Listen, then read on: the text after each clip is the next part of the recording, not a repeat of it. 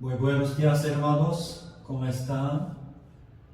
De verdad, hoy es un día muy especial para nuestra iglesia. ¿Saben por qué? Este día del año pasado nos mudamos a este lugar. Ya pasó un año, gracias a Dios, recordando nuestro tiempo pasado muy hermoso en este lugar. Agradeciendo, vamos a iniciar el culto de hoy. Oremos juntos, hermanos. Nuestro Dios Padre Santo, en Cristo nos salvaste a nosotros que vivíamos sin esperanza y nos recibiste como tus hijos.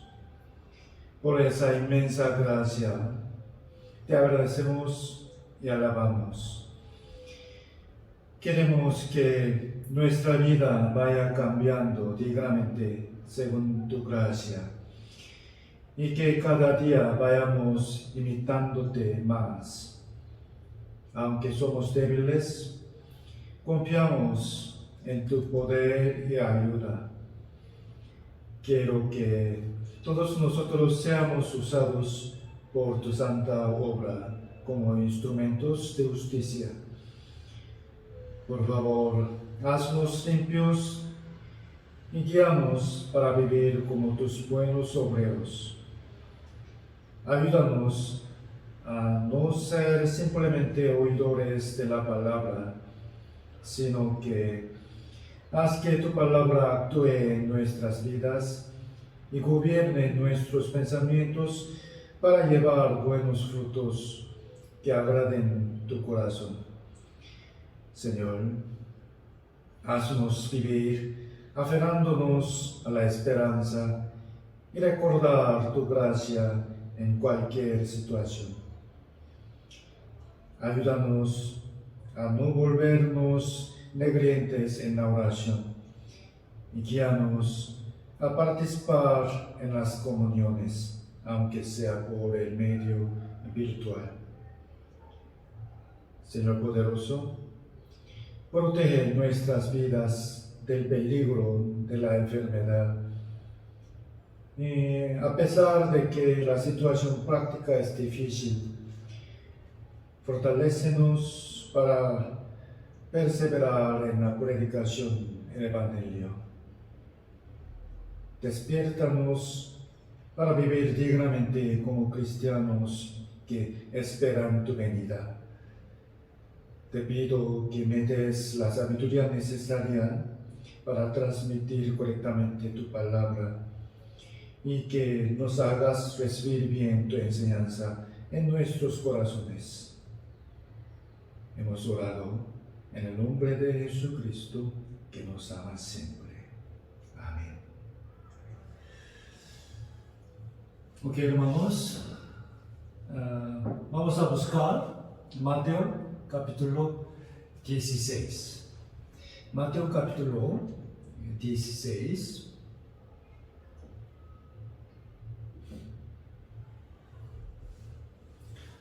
Mateo 16, del versículo 13 al 16.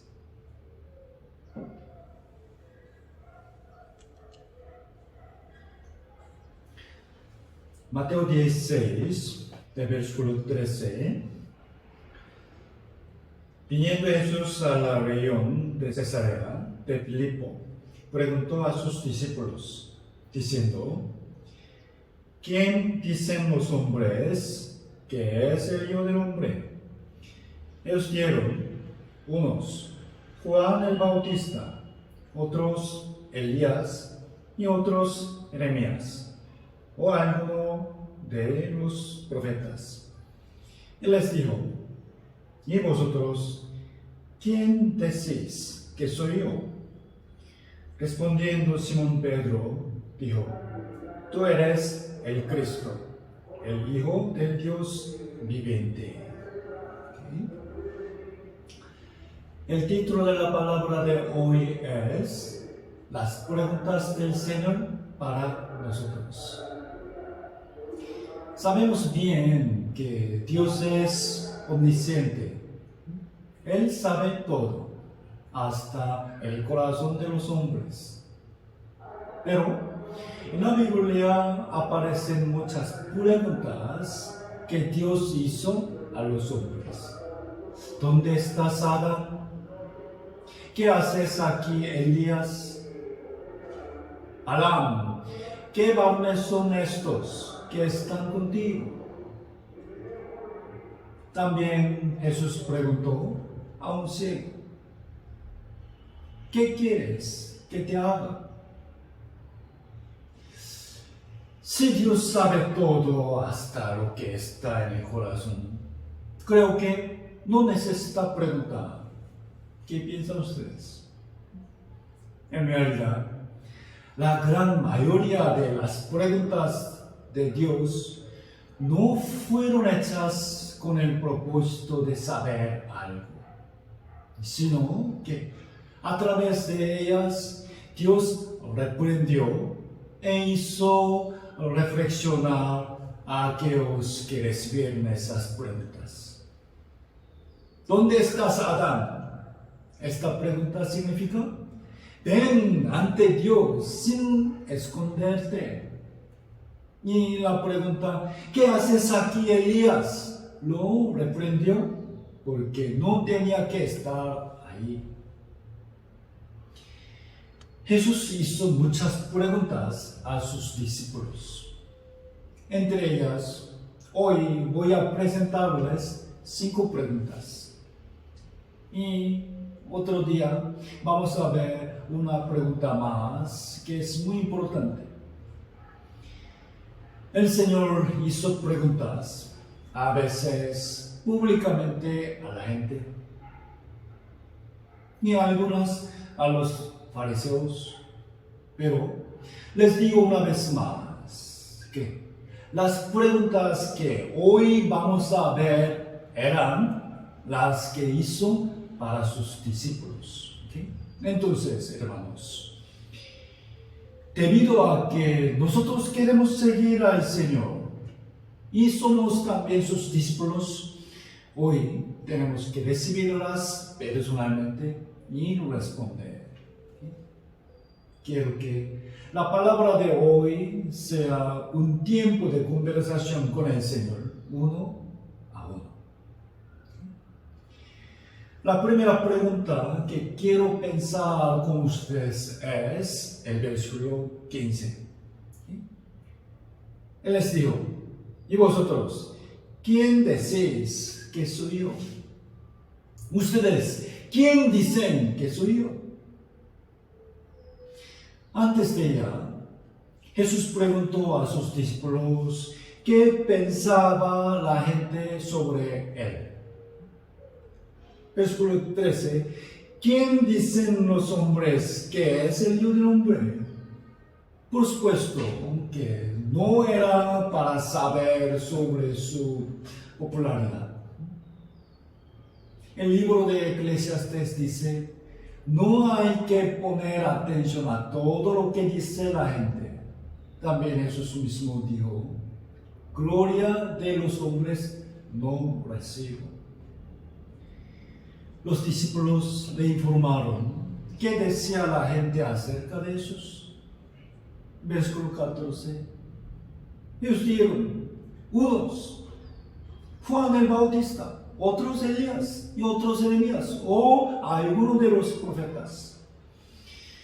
Porque Jesús había dicho tantas buenas enseñanzas y hecho varios milagros. Muchas personas hablaban bien de él. Unos dijeron: quizá este hombre Jesús parece que es Juan resucitado, quien nos bautizó y reprendió a los religiosos. Alguien dijo: creo que vino de nuevo Elías, el que ascendió al cielo en un carro de fuego. Alguien dijo: él es semejante al profeta Jeremías, el que gritó con lágrimas el pecado de Israel. Otro dijo: Él enseña bien la palabra, creo que es un profeta de Dios. Ok. Generalmente, la opinión de la gente acerca de Jesús no era mala. Sin embargo, en verdad, no estaba la respuesta correcta entre sus dichos. Había un estudioso del cristianismo cuyo nombre era C.S. Lewis. Su entendimiento sobre Dios y Jesús era muy correcto y profundo. Escribió muchos libros y ha dado buenas lecciones a muchas personas. En un libro suyo dijo así: el Jesús que yo he comprendido no fue jamás un buen hombre. No. ¿Qué piensan ustedes acerca de esta palabra? Luis razonó. Jesús no puede ser un buen hombre. ¿Por qué? Porque él dijo: Dios y yo uno somos. Yo soy la resurrección y la vida. El que cree en mí no morirá eternamente. Antes que Abraham fuese, yo soy. Dios, glorifícame con la gloria que tuve contigo antes que el mundo fuese. Entonces, aquella persona que dio estas palabras no se puede decir un buen hombre, sino que Jesús o fue un loco o es el Dios verdadero. Sí o sí es uno de los dos. ¿Quién puede decir que Jesús era un loco o engañador? ¿Saben? En realidad, Luis probó que Jesús era el Dios verdadero de una manera lógica. Del mismo modo, las apreciaciones de la gente, quizá Jesús es Juan el Bautista, Elías, Jeremías o un profeta, todas ellas eran incorrectas, porque Jesús no era ninguno de estos grandes hombres. ¿Okay? Pero, en verdad, sus opiniones incorrectas no le importaban a Jesús para nada. Porque en realidad, el interés de Jesús estaba en la respuesta de sus discípulos. Ok. La gente dice: ¿quién soy yo? De tales maneras. Entonces, ¿quién dicen ustedes que soy yo?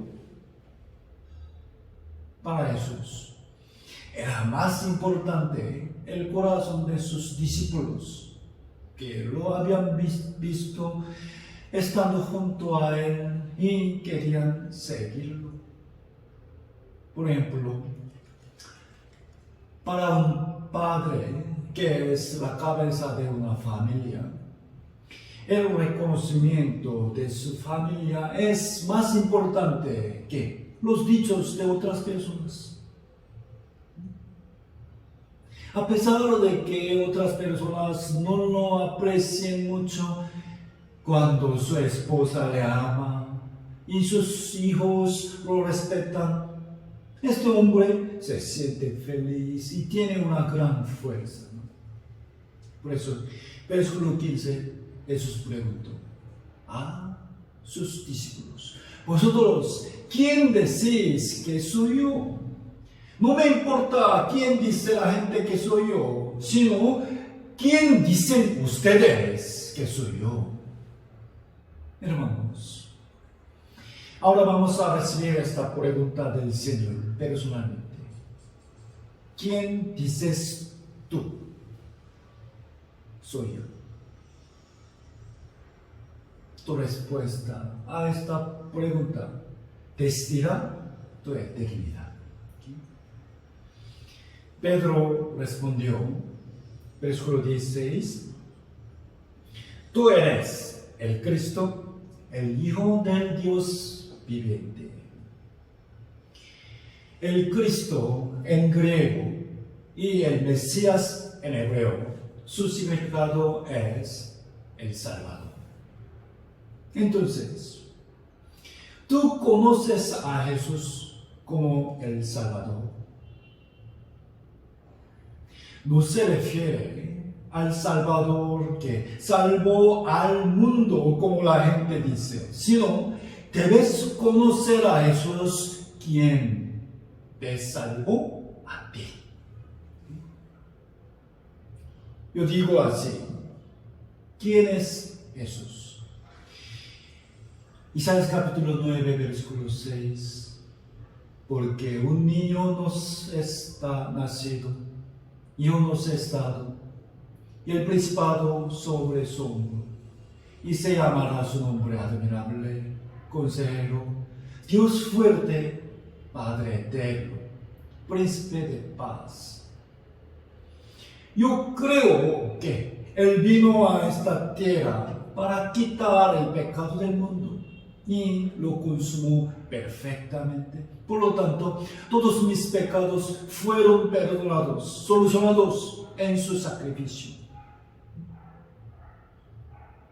Primero de Timoteo, palabra fiel y digna de ser recibida por todos, que Cristo Jesús vino al mundo para salvar a los pecadores, de los cuales yo soy el primero. Jesucristo vino al mundo para salvarme a mí y se entregó a sí mismo por mí. Yo creo y confieso que Jesús es el Hijo del Dios viviente, el Cristo y mi Salvador. ¿Quién dices tú que es Jesús? Además, amados hermanos, si tú confiesas que Jesús es el Cristo y tu Salvador, Él es también tu Señor. Señor. Busquemos Hechos capítulo 2. Hechos capítulo 2. Hechos 2, versículo 36.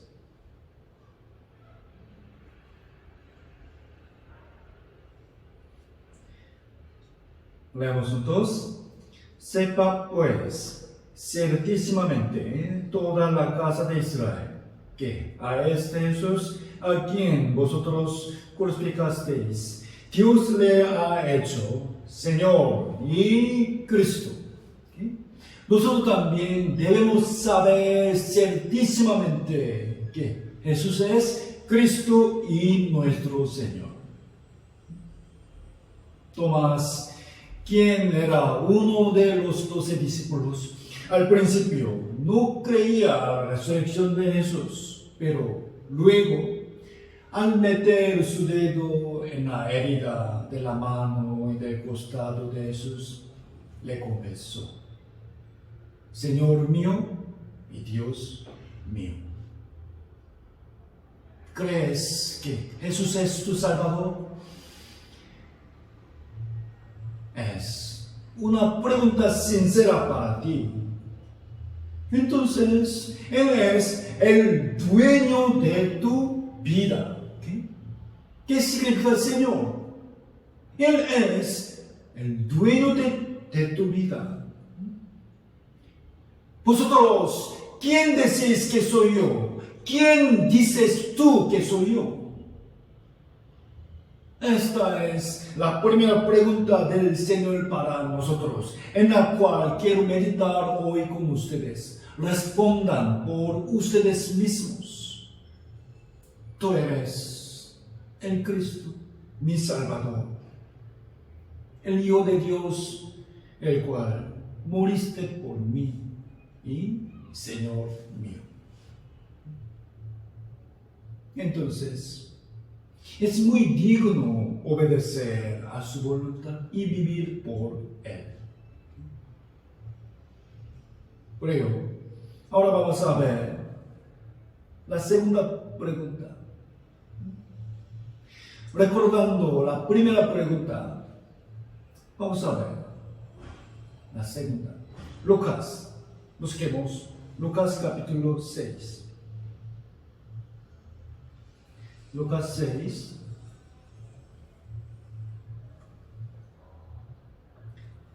La segunda pregunta del Señor que les quiero presentar es el versículo 46. Versículo 46. Leamos juntos. ¿Por qué me llamáis Señor, Señor, y no hacéis lo que yo digo? ¿Por qué me llamáis Señor, Señor, y no hacéis lo que yo digo? Y la palabra de Jesús que sigue desde 47 hasta 49 explica que no solo oír la palabra de Dios, sino cuán importante es hacer y obedecer lo que aprendemos. 47 al 49. Todo aquel que viene a mí y oye mis palabras y las hace, os indicaré a quién es semejante. Semejante es al hombre que, al edificar una casa, cavó y ahondó y puso el fundamento sobre la roca. Y cuando vino una inundación, el río dio con ímpetu contra aquella casa, pero no la pudo mover porque estaba fundada sobre la roca. Mas el que oyó y no hizo, semejante es al hombre que edificó su casa sobre tierra, sin fundamento, contra la cual el río dio con ímpetu, luego cayó y fue grande la ruina de aquella casa. En la primera pregunta, confesamos que Jesús es el Salvador y Señor. El Señor significa que Él es el dueño y propietario de nuestra vida, ¿no? Propietario. De verdad. Cuando el Señor nos pregunta, ¿quién dicen que soy yo? No espera solo la respuesta de nuestra boca, sino la respuesta real a través de nuestra vida, la cual se da con la obediencia. Hermanos, vamos a pensar sinceramente. Si Jesús preguntara individualmente a cada uno de nosotros, tú me llamas Señor, Señor, pero ¿por qué no haces lo que te digo? No podríamos responder nada por vergüenza. Lamentablemente, en nuestra vida cotidiana prácticamente tenemos mucha avaricia e hipocresía. ¿Qué creen? ¿Cuánto por ciento estamos obedeciendo de lo que aprendimos? Podríamos tener algunas razones, pero honestamente, ante el Señor que lo conoce todo, solamente serán excusas sin sentido. Si nosotros fuéramos un poco más sabios y humildes, nos daríamos cuenta que muchas palabras de la Biblia son reproches del Señor para con nosotros. Busquemos Primera de Corintios,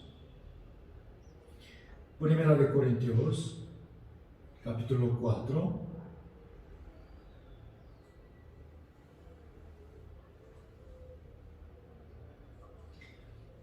Primera de Corintios, capítulo 4,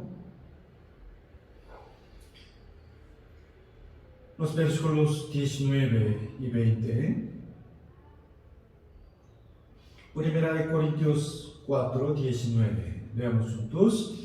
Pero iré pronto a vosotros, si el Señor quiere, y conoceré, no las palabras, sino el poder de los que andan envanecidos. Porque el reino de Dios no consiste en palabras, sino en poder.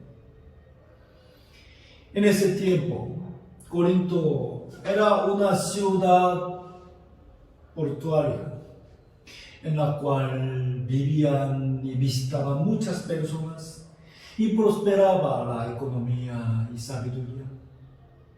La gente sabía muchas cosas y hablaba bien. También estaba llena de la idolatría y la fornicación. Aún así, allá fue predicado el Evangelio. Algunos recibieron la salvación, pero muchos de estos salvos no cambiaban su forma de vivir y perseveraban en los pecados de su vida pasada. Cuando eran reprendidos, no se arrepentían humildemente. Al contrario, calumniaron a Pablo y pusieron muchas excusas hasta disputar con él. A ellos Pablo reprendió así: el reino de Dios no consiste en palabras, sino en poder. ¿Qué significa este poder?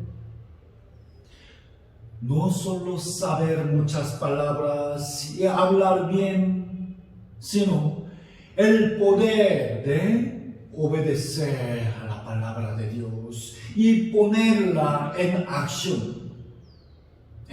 Más importante. El reino de Dios no consiste en palabras, sino en poder. Amados hermanos, debemos reflexionar ante esta palabra. Y sobre el amor también. Y estos ríos, no hablemos de palabra ni de lengua, sino de hecho y en verdad. Vamos a manifestar de hecho el amor hacia Dios y hacia el Evangelio, el amor por la iglesia y por los hermanos.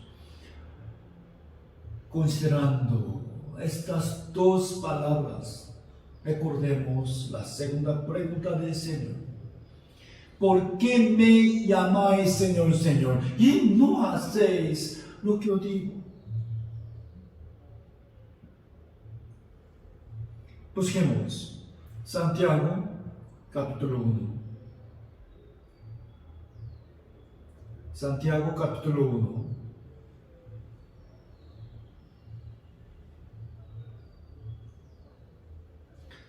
Santiago capítulo 1, desde el versículo 22 al 25. Santiago capítulo 1. Desde el versículo 22 al 25. Lentamente leamos juntos, hermanos. Pero sed hacedores de la palabra y no tan solamente oidores, engañándoos a vosotros mismos. Porque si alguno es oidor de la palabra, pero no hacedores de ella, este es semejante al hombre que considera en un espejo su rostro natural, porque él se considera a sí mismo y se va y luego olvida cómo era.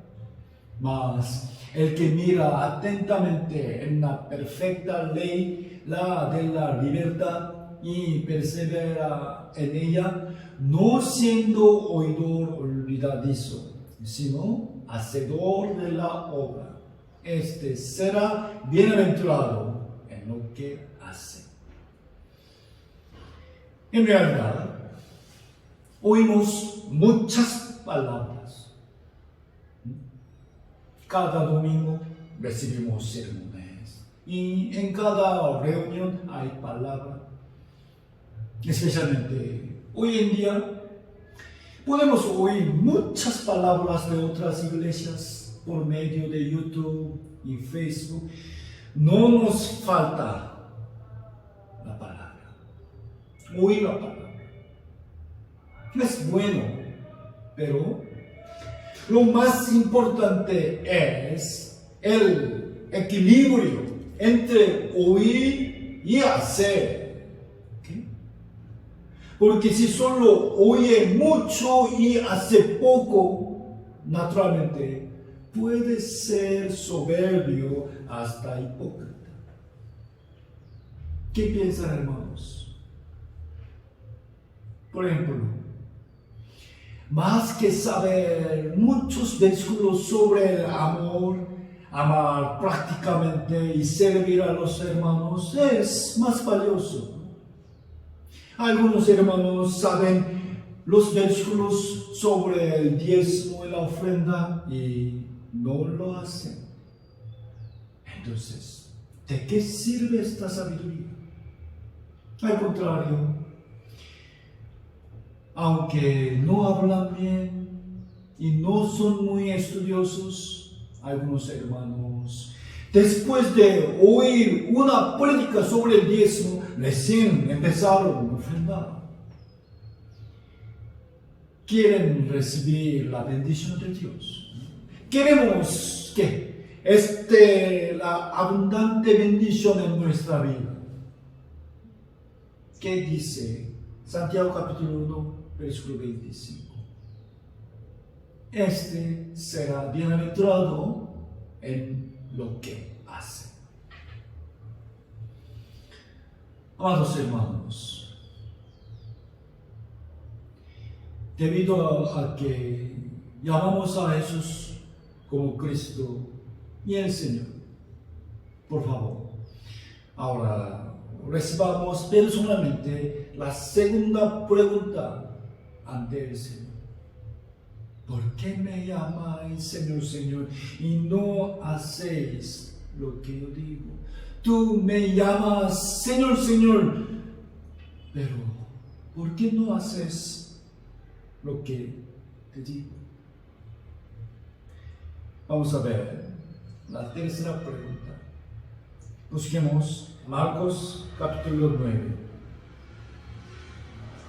Marcos capítulo 9.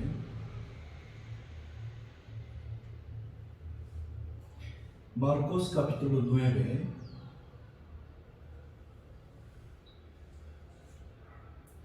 Versículo 33.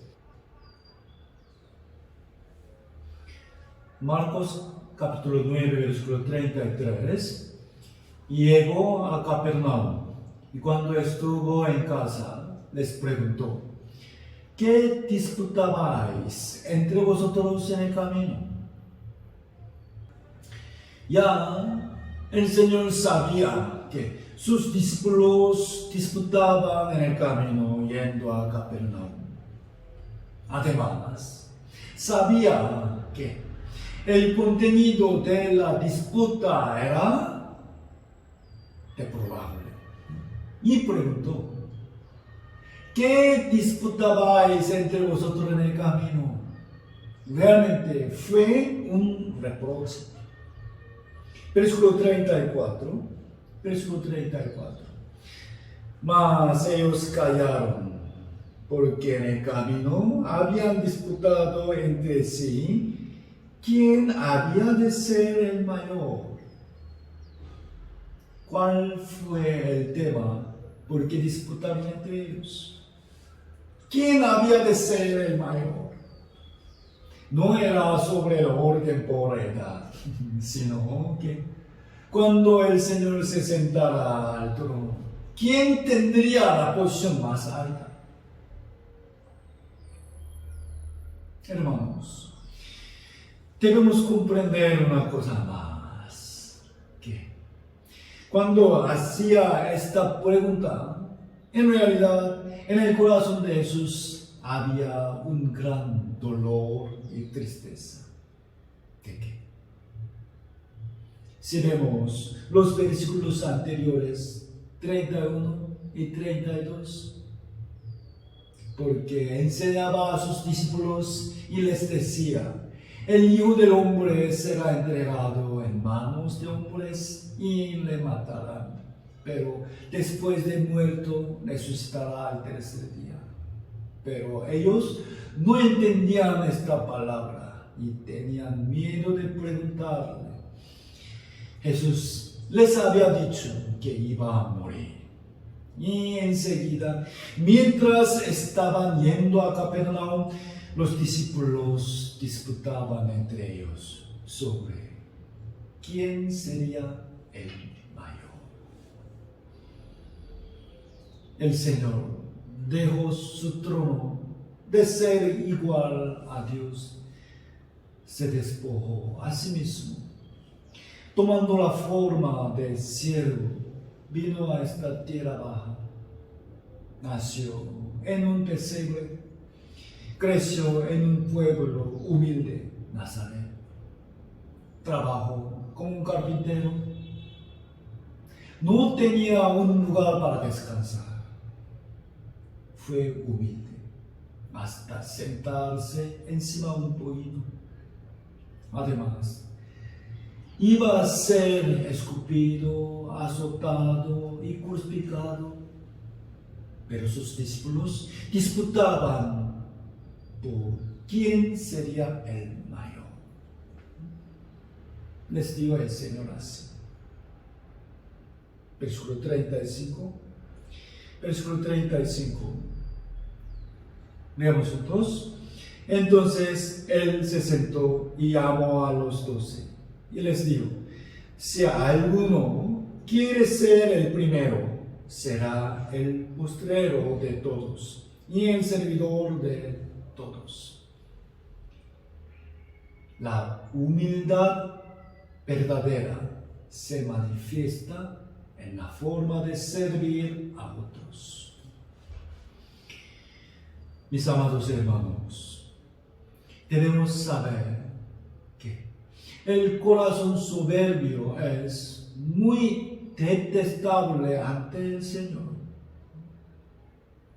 Proverbios dice: antes del quebrantamiento es la soberbia, y antes de la caída la altivez de espíritu. Santiago 4, versículo 6. Leamos juntos. Pero Él da mayor gracia. Por esto dice: Dios resiste a los soberbios y da gracia a los humildes. Amén. También versículo 10. Humillaos delante del Señor y Él os exaltará. No vamos a tratar de exaltarnos a nosotros mismos, sino vamos a ser exaltados por el Señor por medio de vivir humildemente.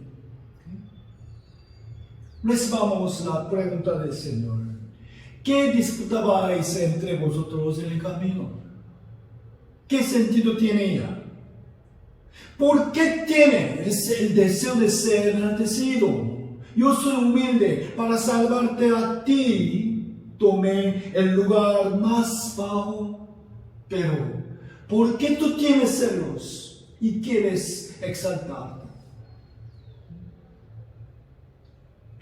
Busquemos Mateo capítulo 11. Mateo capítulo 11.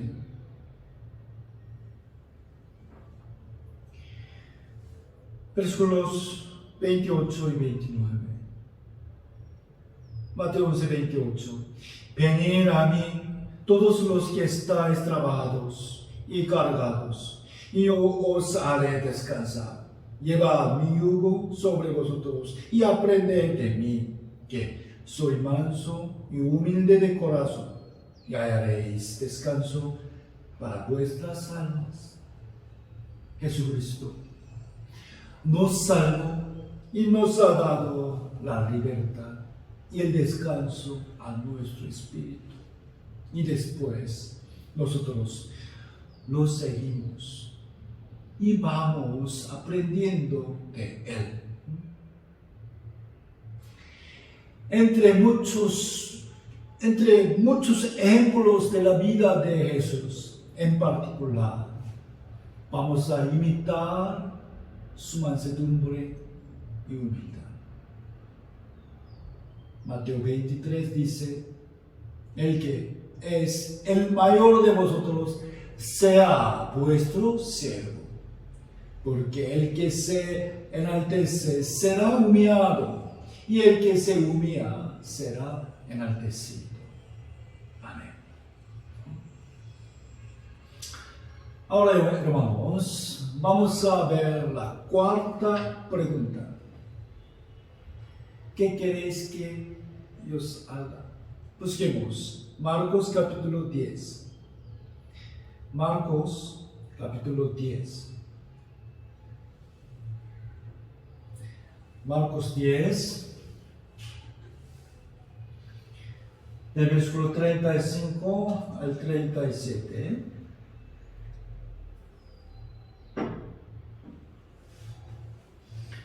Entonces, Jacobo y Juan, hijos de Zebedeo, se le acercaron diciendo, Maestro, queríamos que nos hagas lo que pidiéramos.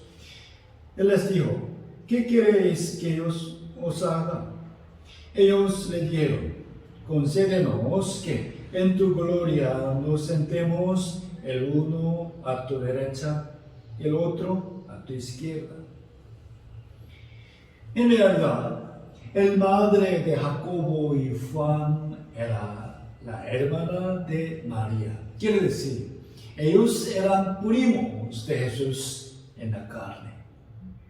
Ellos dos suplicaron a Jesús, queríamos que nos hagas lo que pidiéramos. Concédenos que en tu gloria nos sentemos el uno a tu derecha y el otro a tu izquierda. Ellos vieron el poder de Jesús, los milagros que él había hecho y que una gran multitud había tratado de hacerlo el rey de Israel. Naturalmente, ellos esperaban que Jesús pronto fuera hecho rey y querían sentarse en los lugares más altos después de Jesús. Ya el Señor sabía sus deseos y les preguntó, ¿qué queréis que os haga? Ya sabía. Hermanos míos, recibamos nosotros también esta pregunta del Señor. ¿Qué quieres que te haga? ¿Qué quieres que te haga? Y pensemos también en la otra pregunta posible. ¿Por qué me pides esto? ¿Por qué deseas esto? Vamos, hermanos. ¿Qué quieres que te haga? Señor, dame mucho dinero. ¿Qué quieres hacer con ese dinero? Debemos tener el propósito correcto, ¿no? Señor, concédeme la salud. ¿Ok? Si te doy la salud, entonces, ¿qué vas a hacer con tu cuerpo sano y fuerza? Dios, bendíceme. Bendíceme, Señor. Señor nos preguntaría, ¿qué has estado haciendo con las muchas bendiciones que te he dado? Si Dios nos preguntara, ¿qué quieres que te haga? Ustedes, ¿qué van a pedir al Señor? ¿Y qué van a responder sobre su propósito? Jacobo y Juan le pidieron al Señor una posición alta, es decir, la gloria. ¿Qué gloria? Sin embargo, esa gloria divina no se da solo por pedirla de boca. Jesús les preguntó de nuevo, versículo 38. Leamos juntos. Entonces Jesús les dijo, no sabéis lo que pedís. ¿Podéis beber del vaso que yo bebo o ser bautizados con el bautismo con que yo soy bautizado? Jacobo y Juan entendían mal de esta pregunta y respondieron a la ligera.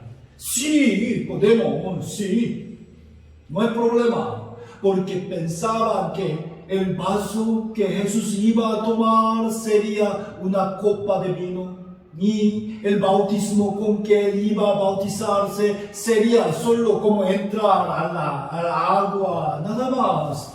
Ellos no sabían el significado del vaso y del bautismo que Jesús dijo. La noche antes de ser crucificado, en el monte Getsemaní, Jesús suplicó a Dios. Abba, Padre, todas las cosas son posibles para ti. Por favor, aparta de mí esta copa, mas no lo que yo quiero, sino lo que tú. El vaso, la copa que él iba a tomar, significó su sangre que derramaría en la cruz. Y el bautismo, la muerte. ¿Podéis beber el vaso que yo bebo o ser bautizados con el bautismo con que yo os bautizado? El Señor les decía sobre el sufrimiento y la muerte, pero ellos dieron simplemente, sí podemos. Vamos a pensar de nuevo en estas dos preguntas del Señor. ¿Qué quieres que te haga? Señor, quiero recibir la gloria. Entonces el Señor nos preguntará de nuevo, ¿puedes llevar la cruz conmigo? ¿Puedes llevar tu propia cruz? ¿Puedes llevar la cruz por mí? ¿Qué van a hacer, hermanos? ¿Acaso solo quieren pedir la gloria y la bendición de Dios sin participar en su sufrimiento? Somos hijos de Dios. Entonces, somos herederos del reino de Dios. Su gloria es, obviamente, inimaginable. Para recibirla, ¿de qué manera debemos vivir en esta tierra? Busquemos Romanos capítulo 8. Romanos capítulo 8.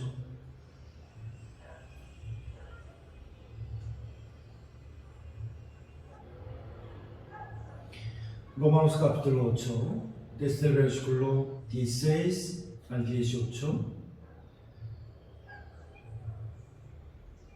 Veamos juntos. El Espíritu mismo da testimonio a nuestro espíritu de que somos hijos de Dios. Y si hijos, también herederos, herederos de Dios y coherederos con Cristo. Si es que padecemos juntamente con Él, para que juntamente con Él seamos glorificados.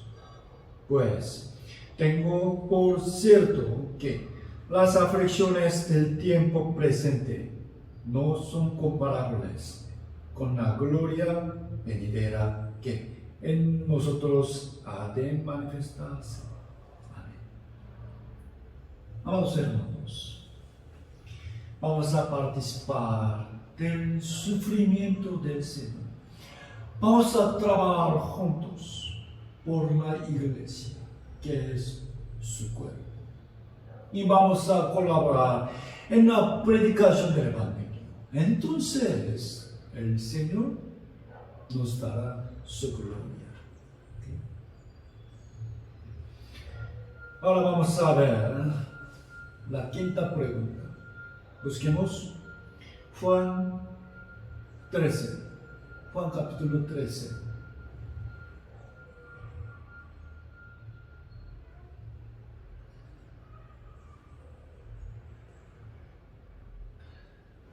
Juan capítulo 13,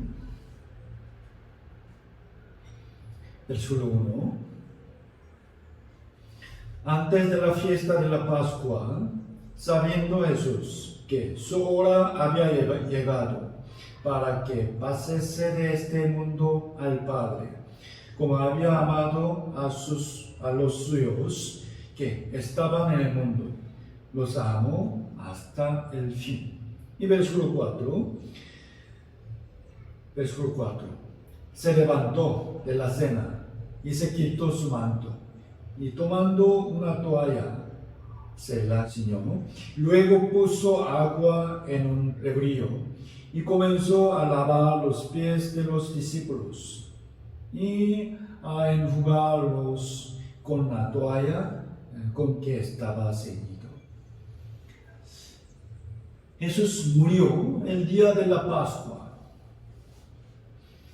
Dice, antes de la fiesta de la Pascua. En ese momento sabía que iba a ser crucificado un poco tiempo después y tenía un gran dolor en su corazón. Tomó pan y copa con sus discípulos y tenía preocupación por el sufrimiento que iba a padecer y por sus amados discípulos. El Señor empezó a lavar los pies de los discípulos. En esta época, obviamente, la calle no estaba pavimentada, ¿no? Había mucho polvo. Y normalmente se llevaban sandalias, ¿no? Entonces, ¿cuán sucios habrían estado sus pies? El Hijo de Dios humildemente los lavó y les preguntó. Versículo 12. Leamos juntos. Así que, después que les hubo lavado los pies, tomó su manto, volvió a la mesa y les dijo, ¿sabéis lo que os he hecho?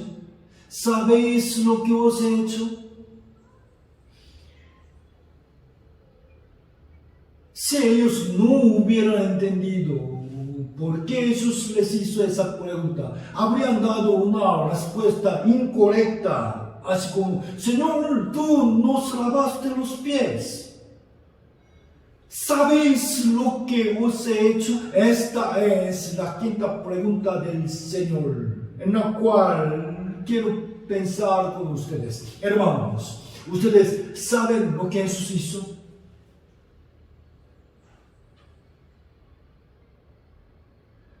El que hizo el universo y a los hombres vino a la tierra como un hombre, lavó los pies de su creación. Nuestro Señor se unió hasta abajo de los pies de sus discípulos y ha lavado la suciedad de nuestra alma.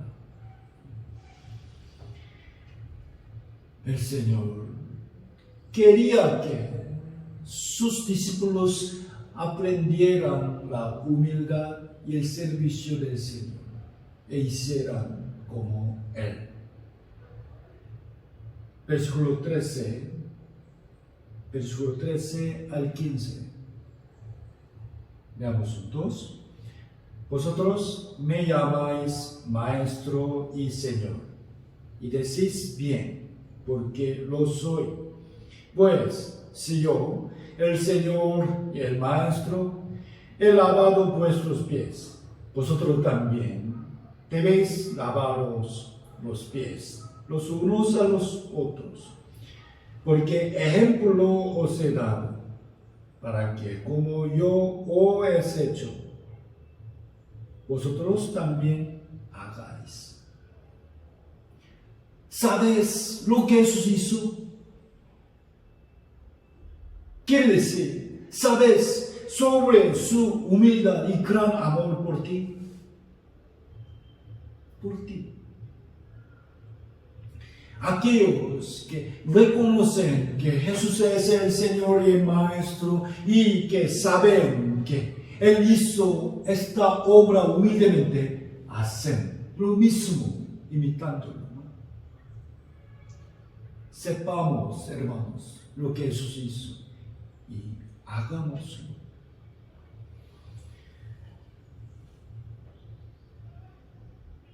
Hermanos, por supuesto, en la Biblia hay muchas preguntas del Señor. Entre ellas, hoy hemos visto 5 preguntas. Vosotros, ¿quién decís que soy yo? ¿Por qué me llamáis Señor, Señor, y no hacéis lo que yo digo? ¿Qué disputabais entre vosotros en el camino? ¿Qué queréis que os haga? ¿Sabéis lo que os he hecho? La razón por la cual debemos meditarlas bien es porque el Señor hizo estas preguntas a ¿quién? A sus discípulos, ¿no? Nosotros seguimos al Señor, somos también sus discípulos. Si están de acuerdo con esto, ahora reciban personalmente estas preguntas como el Señor preguntándoles directamente a cada uno de ustedes. ¿Quién dices tú que soy yo? Vamos a responder. Tú eres el Hijo del Dios viviente, pero moriste por mí. Eres mi Salvador y mi Señor. La segunda, tú me llamas Señor, Señor, pero ¿por qué no haces lo que te digo? Vamos a pedir. Señor, reprende mi desobediencia y ayúdame por mi debilidad. La tercera, ¿por qué cosas disputas con los hermanos? Vamos a confesar. Perdón, Señor. Tú llevaste la cruz para perdonarme, pero yo no perdono a los hermanos y quiero enaltecerme. La cuarta, ¿qué quieres que te haga? Señor, quiero recibir la gloria eterna, pero ahora sé que esta gloria se dará a aquellos que sufren contigo. Yo también voy a participar en tu obra. La quinta, ¿sabes lo que te ha hecho? Gracias, Señor. Me amaste y lavaste todo mi pecado. Voy a imitar tu humildad y amor. Amén.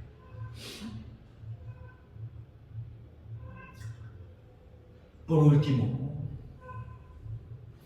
quiero pensar con ustedes en un tema más.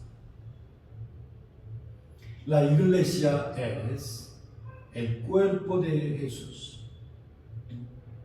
Debido a esto, ahora vamos a recibir las 5 preguntas con respecto a la iglesia. La primera pregunta es, ¿qué dices tú que es la iglesia? ¿Qué dices tú que es la iglesia?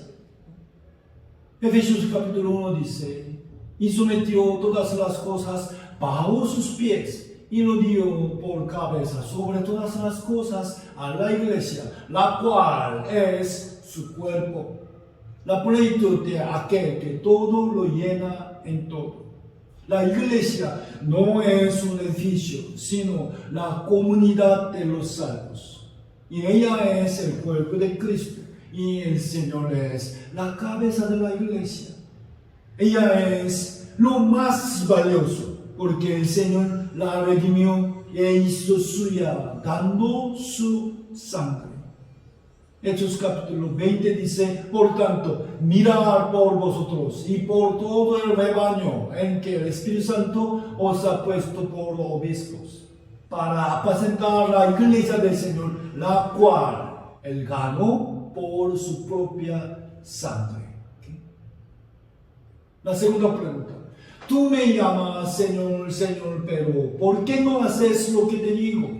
Seguramente el Señor está y actúa en medio de la iglesia. Y Él nos dice a través de su iglesia. ¿Saben? Debemos oír y hacer lo que el Señor dice a las iglesias. Tenemos que oír y hacer las enseñanzas de la iglesia, confiando en esta palabra. Apocalipsis. El que tiene oído, oiga lo que el Espíritu dice a las iglesias. Solo oír, también lo hace.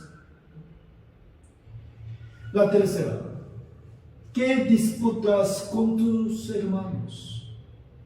Primera de Corintios dice, porque aún sois carnales, pues habiendo entre vosotros celos, contiendas y disensiones, ¿no sois carnales? ¿Andáis como hombres?